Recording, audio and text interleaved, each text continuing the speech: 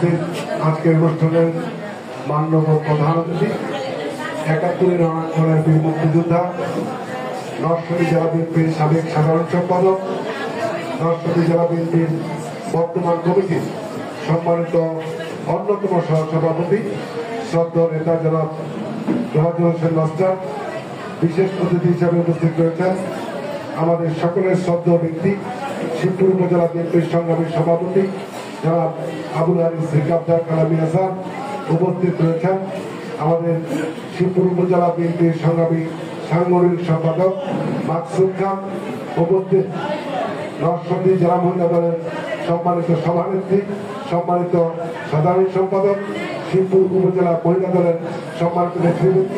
আসসালামু আলাইকুম। ওই নতুনের কেতন উড়ে কাল বৈশাখী ঝড়, তোরা সব জয়ধ্বনি কর, তোরা সব জয়ধ্বনি কর।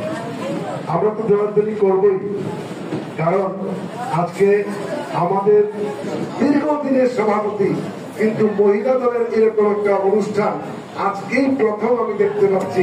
এটাই কিন্তু আমাদের সবচেয়ে বড় পাওয়া, যে কারণেই আমরা আরেকটা কথা কিন্তু কালামি স্যার বলেছেন, এই পৃথিবীতে যা কিছু কল্যাণকর অর্ধেক তার নারী অর্ধেক তার নর।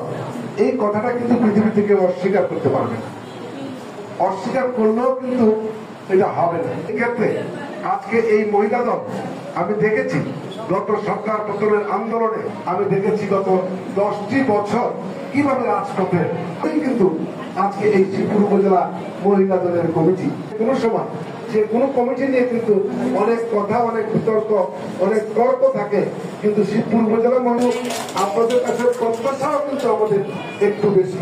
এখন আমাদেরকে মনে করতে হবে, এটা কিন্তু জানা দরকার, জাতীয়তাবাদী দল বিএনপি গত 17 বছর যাবত এই স্বৈরাচার বিরোধী আন্দোলনে আমাদের কিন্তু সর্বোচ্চ সফলতায় আমরা কিন্তু এখনো পৌঁছতে পারি নাই। আমাদের উদ্দেশ্য,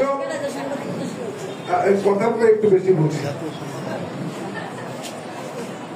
আন্দোলনে আমাদের উদ্দেশ্য ছিল এই স্বৈরাচার সরকারের পতন, ফ্যাসিস্ট খুনি শেখ হাসিনা সরকারের পতন বাংলাদেশের মানুষ দেখতে চেয়েছিল। প্রত্যাশা ছিল জাতীয়তাবাদী দলের নেতা নেত্রীদের কাছে। আমরা 16 বছর আন্দোলন করেছি। আন্দোলন করার পরে এই আন্দোলনে আমাদের মা বোনেরা এই